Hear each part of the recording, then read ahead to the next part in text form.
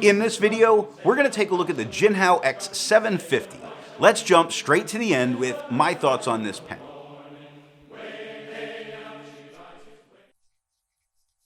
Here is a pen that I can say is an excellent starter pen and an absolute workhorse. This pen has been through over 1,000 inks and writes very well. I really do enjoy how it feels in my hand and how it is to write. It is a slightly heavier pen, but that doesn't bother me here. I really am always surprised as I'm using it how much I still enjoy using this incredibly inexpensive pen. It performs far beyond expectations. Now, to be fair, it doesn't have its original nib in it because it spent 3 years being one of the official tester pens. So it has always had this replacement nib in it, which is one of the things that makes this pen so good, that replacing its nib is fairly inexpensive and gives you the real opportunity to try a lot of different nibs in the same pen. That way, you're really narrowing down the nib you prefer because you keep the pen very standard, which I did for 3 years of videos. And I still like using this pen, an absolute workhorse.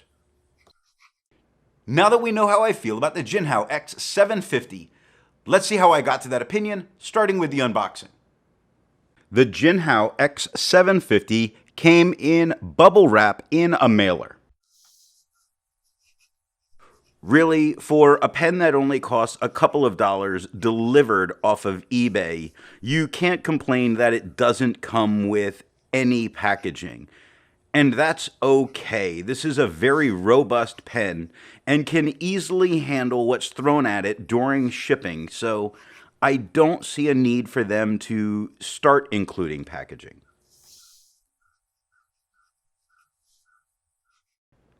With the pen out of the box, we need to get to the nib. Now, as long as it doesn't take 20 turns to uncap a pen, I generally don't care. So, how many turns does it take to uncap this pen? The Jinhao X750 is a pull cap. This pen has a very positive snap to its cap, so you have no doubt when you've recapped it. And for student note takers, being able to use a snap cap does make it quite a bit faster for quick note taking while you're in class. I like this pen. This is my favorite of the 3 Jinhaos that I used as the standard testers. This gets us to the nib. This pen has a steel Goulet Pens fine nib.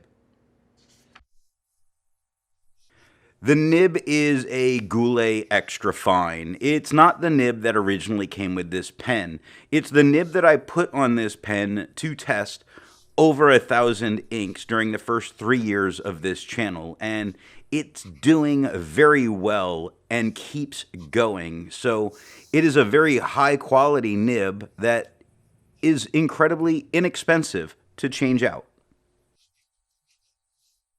If you enjoy videos like this, then be sure to hit the subscribe button.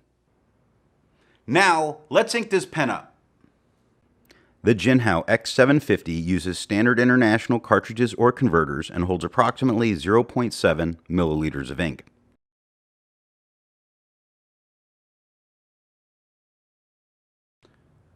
The ink for today is Sailor Espresso.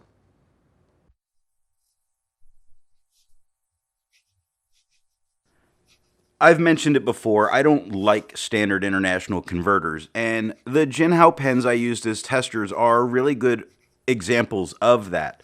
All of the pens have been through multiple standard international converters because they just simply wore out, and this one is on its 3rd, so it is still going much stronger than a converter.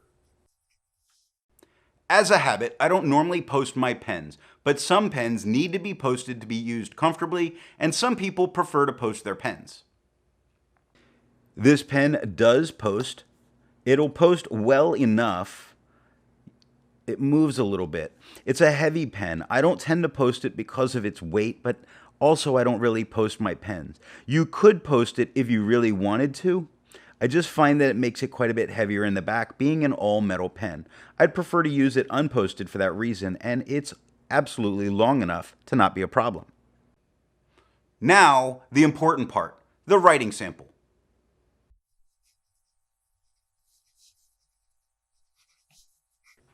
The writing experience with this pen is as smooth as you could expect to be capable of getting on an extra fine nib.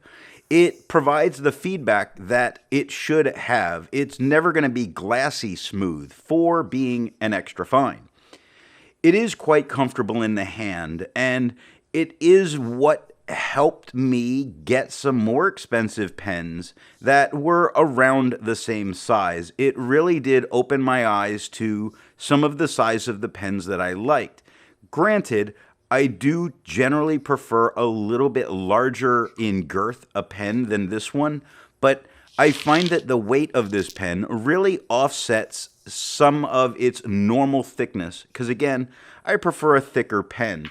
With that, the weight combined makes it very comfortable in my hand, and I have written hundreds, if not thousands, of pages with this. I don't know how many times I have sat down with this pen and just flat out written a number of pages, along with all of the writing for the reviews that have come through this pen. It is a great choice that I had used at that time to try and standardize in some of it, because I needed a pen that was going to be comfortable in my hand, not something that I would not look forward to using. And regardless of how inexpensive it is, this has been a great performer the entire time. I have on this pen worn the shiny off the section with my fingers through the years of writing with it, much as I have the other two Jinhaos that I used as tester pens.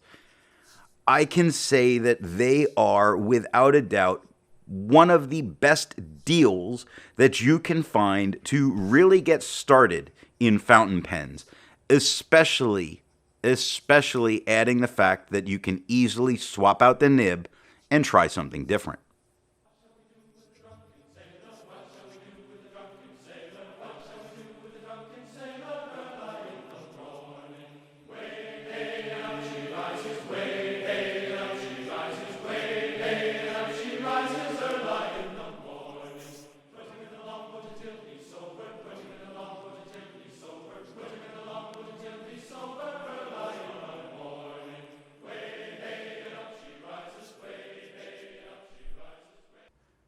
Now for something a bit more standard in comparing writing size.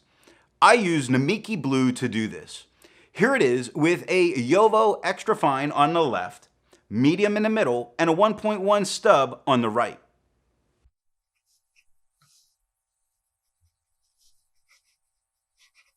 This Goulet extra fine, you see, writes as you would expect with it being an extra fine. It is a little bit finer than a Western fine. And it should be. Its name is Extra Fine.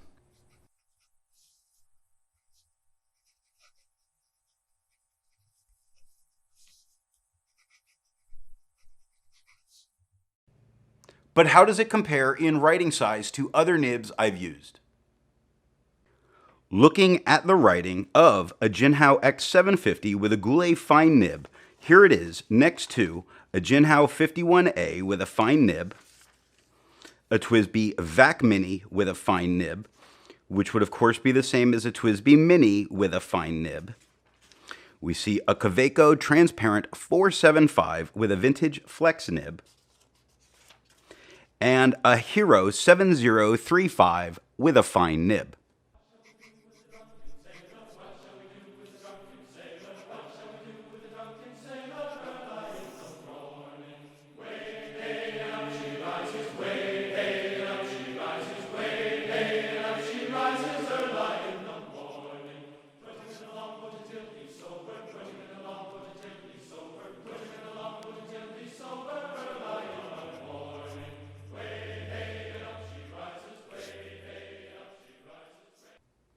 So it isn't a review without some size comparisons.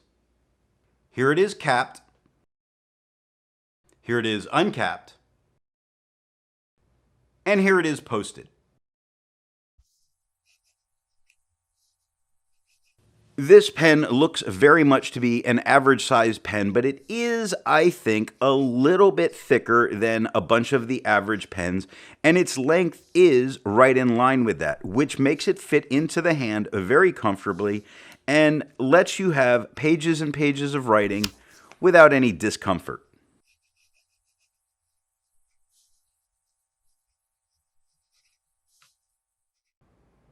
At this point, we have a dirty pen, so let's go clean it out.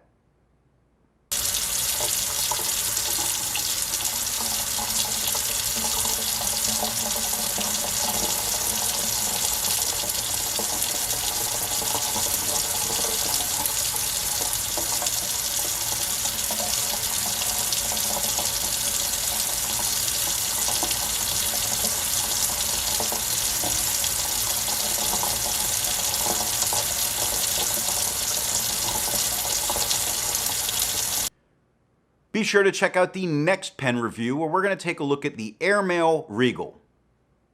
Do you have ink bottles lying around with just not enough ink to get the ink out of it? Have I got the solution for? That's right, for just $19.95, you can get yourself an empty ink vial, and for an additional $37.87, we'll even clean it first. So get yours today. If you want to be able to support not just my channel, but any reviewer, then when you make a purchase, be sure to tell that retailer where you heard about it. Thanks for watching.